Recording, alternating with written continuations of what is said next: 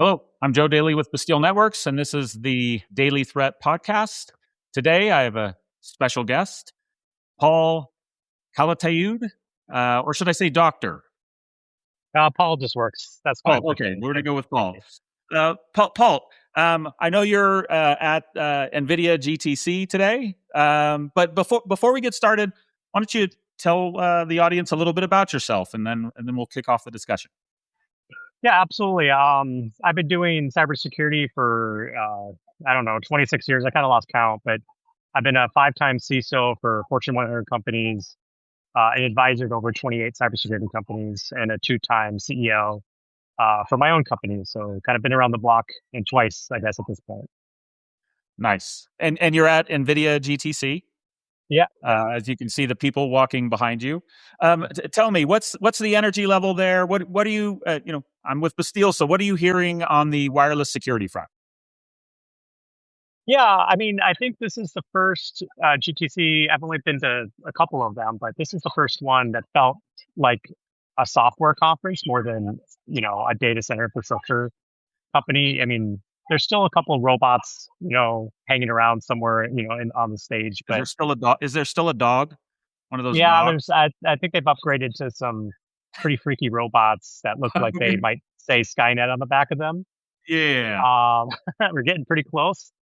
But I guess I'm just going to be on the friendly side of that once they take over. I'll get to say that I helped secure all of the babies, if you will. The dogs actually scared the hell out of me. But it feels like home in regards to my background. More on cyber, more on software, where you see companies like CrowdStrike here. You see a lot of familiar faces in my career. Where I think the first time I came to GTC, I felt a little bit like a fish out of water with, more the infrastructure, data center, and power, companies. They're here, but I think they're quite honestly taking a bit of a backstage to the reality, which is soft AIs evolved from being, a technical conversation to a business conversation.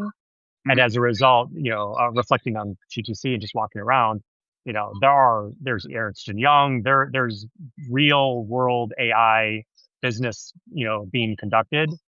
And I think that, results into a lot of interest and conversations around physical security, the data center, sovereignty around AI, the importance of the infrastructure that's protecting and generating a lot of IP for organizations.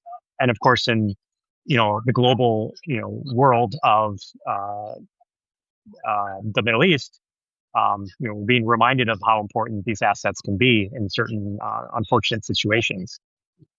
And you talk about physical security, and you did mention CrowdStrike for a lot of your network security. What are you seeing in terms of a paradigm shift in terms of wireless security? Yeah, I think there's conversations being made. I attended a couple of events that were hosted by Bastille Networks, and there was a lot of interest and clients and customers. And the big one that was exciting was to go to the Oracle booth and understand the public reference that we have with the ability to talk about how the Oracle Cloud is being protected by Bastille technology. And so that creates a very good, point of reference and discussion around, what does it look like? And I'm still learning myself, and I was fascinated to understand, just the level of efficacy that the technology can do, and how that relates to conversations around security as it relates to wireless and the behavior of even the use of an AirPod and being able to detect how that AirPod can be opened and closed and how they still can detect that. I just thought that was quite interesting. And that's the conversations that, I'm hearing about is, accountability, I think is the term I would use around the discussion. I think a lot of people understand nascently that wireless security, is this thing that is, a Raspberry Pi, Pineapple, war driving wireless security, Wi-Fi security. That's kind of the grounding sense. But as the supply chain becomes more and more of a discussion here at the conference, I'm hearing about it, as concepts around, well, do I need to be thinking about my generators? What kind of technology can generate wireless signals? And that's the discussions being had right now. Cool. So yeah, so you talk about maybe a cooler, a coolant system having Bluetooth, or a generator having some kind of Wi-Fi or Bluetooth. Can you dive in just a little more into like what are the things that people, what are the things that AI data centers should fear? What are the things that that could possibly happen if you don't monitor this wireless space? Yeah, I mean, there's kind of maybe three ways to think about this. I think the first is what I'll call, intentional lack of lack of understanding of what I'll call good intention. Hmm. And this is your manufacturers. Your manufacturers might have good intention, and they're wanting to build businesses around. Everyone wants to get into reoccurring revenue, right? That this is the name of the game. So if I'm manufacturer, the way I do that is I create smart equipment, and I might put some sort of technology that my end user may not even know that exists. The good example I used back in the day was when the casino, a large casino had a breach, and it was attributed to a thermostat in an aquarium that was smart, and it was used as a pivot point for an Yeah. attacker. But that's good intention, right? There's an assumed good intention. Manufacturers are bringing that. So, but you want awareness on these because, as a security practitioner, our job is to manage that threat landscape. If I don't know it exists, it's hard to manage that threat, the vulnerabilities and the potential risk that it creates. So that's one kind of aspect of it, in terms of just knowledge. The second is what I would consider a little bit more on the gray side, where there could be um, an intentional misuse of technology, and this could be more similar to um, someone who wants to understand what type of information is available, and it's very difficult to do that maybe on the firewalls in the network. So they just might drop a device into a facility and see what happens. So kind of more what I would consider curiosity. Hmm. Still very important because it could become, intentionally harmful. And then the third, which I think is the one that ought to get a lot of attention, and that is, what I would consider an adversarial attack, which is one that could be seen either at any state of the data center's life, or in the supply chain and along the route of shipping that thing. And so let's say, for example, um, it gets inspected by some nation state's customs, and their job is to insert additional surveillance into the technology as it goes out, knowing that that type of equipment is being earmarked for very critical infrastructure such as an AI data center. And that could create an attack vector that we need to be aware of and manage against. And that I think is becoming more and more situationally, a concern. And we have to be in a position of just understanding how that type of threat gets mitigated, or at least detected at a bare minimum, because you can't control that supply chain. And I think what's happening even furthermore is there's a lot of desperation in this supply chain, because I'm building data centers, on a daily basis for my clients, and it might take 6 years to get a brand new generator. But someone might approach my client and myself and say, "Oh, I've got a deal for you. I can get you one in a couple of days." And it might come with a lot more features than I need. And that's where you can get into these kind of moral hazards or blind spots, because again, there's a lot of desperation to procure and source this infrastructure that manages and powers these data centers. Yeah, that makes sense. I mean, just in talking about the secured facilities in the federal space, you have people who accidentally bring in their phone, unintentional, and then you have people who maliciously bring in their phone to steal confidential information. So what you say makes a lot of sense. To follow up a little bit on we had a customer that did have door locks, RFID door locks, and we said, "Hey, Bluetooth's enabled."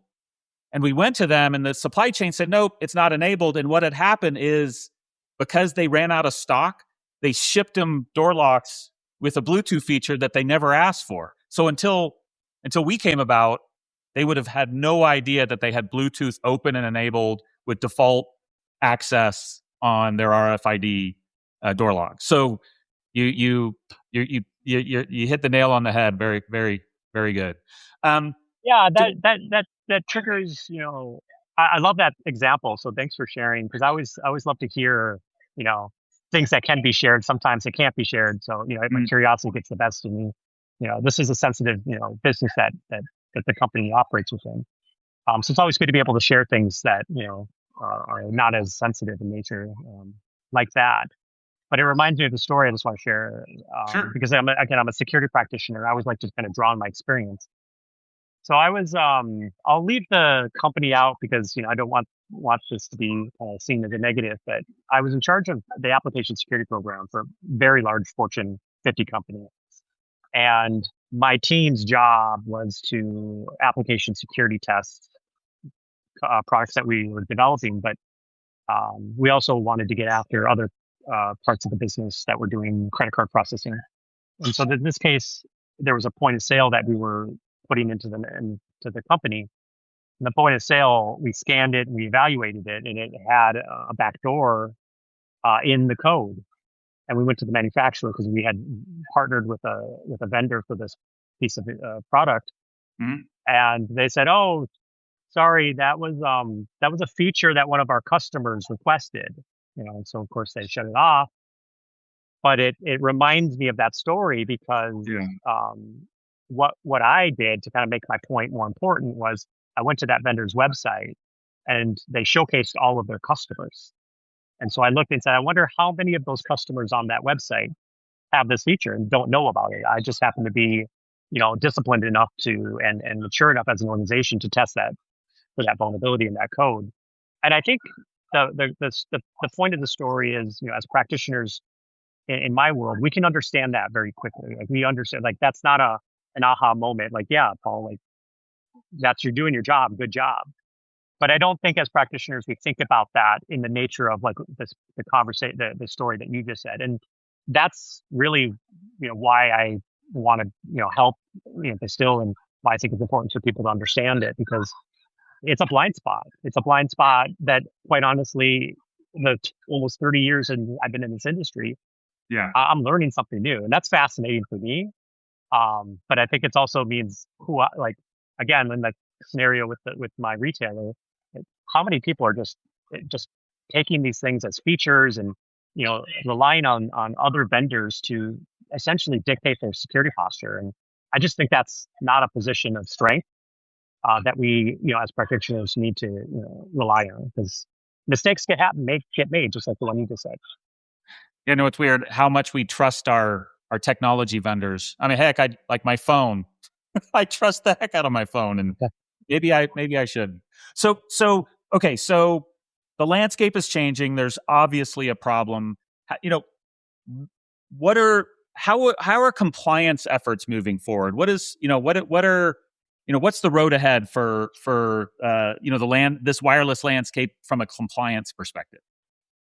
Yeah, I think it's a couple of things. I think there's going to be uh, especially new category. I think AI data centers are going to start to find themselves in a different category altogether, similar to SCADA or nuclear system. I mean, it's mission critical, Mhm. and so as a result, that means over time the designation of this type of investment, both from how it gets insured, how businesses treat it, and how regulators regulate it.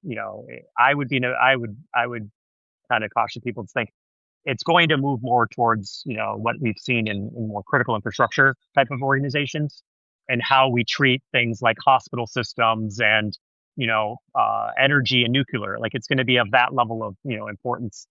And so I think it will then follow into critical infrastructure type regulations that exist today, that heavily regulate things like backdoors and vulnerability testing. And I think if I'm an insurance company, I'm also going to be asking the same questions. Like if 90% of your revenue is based on that GPU that you have in that facility, what are you doing to protect it and all of the IP that it's generating? So I think it's going to come from multiple ways. I don't think it's simply just regulation. I think it's self-regulation in insurance. I think it's regulation in terms of how we think about the infrastructure. And then I also think that, you will see specifically in certain industries that start relying on AI for FDA or for, within a vertical. They're going to say, okay, how are you protecting this this AI algorithm that is now in charge of biased or removing bias in how you do business? So it gets into ethics, it gets into privacy, it gets into like the entire business models of industries, and they'll start to look at the entire supply chain. And I've seen this inside. I've worked in U.S. government, I've worked at BA Systems, I've worked in industries that have been impacted, and credit card, retail. Whereas these breaches occur, the regulations follow very quickly.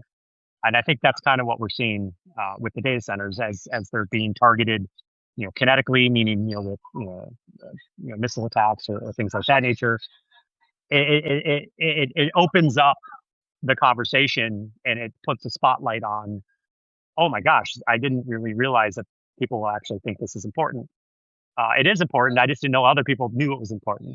And I think that is the awareness that will then create some regulations, if they're already not coming out with NIST and with, again, and as organizations do business with the U.S. government or with critical infrastructure on the other end for their AI delivery. I also see that often those regulations come down on you because you're now part of their supply chain as well. You gave me some chills there on, you don't always quite realize how important or critical AI is. You kind of dismiss it as sometimes as something that you ask it a question, it gives you an answer, but its ability to influence opinion or influence decisions or influence outcomes is actually pretty tremendous. So it's thanks for putting it in that way. Yeah, no. Last topic for you. How do you have any advice for data center operators that manage security or CISOs? Yeah, when I look at what Bastille is offering to the market, it's very akin to some of the things that I've done in my career, like vulnerability scanning. Right, until you know the vulnerabilities or an attack surface management or a pen test, you really don't know how to protect and what security controls are needed. So the first step in any risk management best practice is knowledge and insight and knowing what you have. And I saw this again in the cloud security. The cloud security, we started to realize that DevSecOps was coming out and developers had access and they were able to do things without a lot of supervision. And an entire market, Wiz was acquired for multiple billions of dollars. Right? Companies like Wiz came and said, hey, let's scan your cloud environment to see how bad this behavior is, or is it a problem? So my advice is, as a practitioner, is follow the history of what we've done in other parts of our security program, and it needs to now follow into the world of the data center, and in this case, it means scanning and knowledge and understanding what your attack surface looks like, because it's not just the traditional network anymore. It can come in different wavelengths, pun intended, right, in terms of signals. Cool. Well, Paul, it was a pleasure to have you, and your thoughts provoke a lot of thinking on my part for sure, and I appreciate your time. For folks listening, I'm Joe Daly with the Daily Threat Report. For more information, you can visit bastille.net. Stay safe.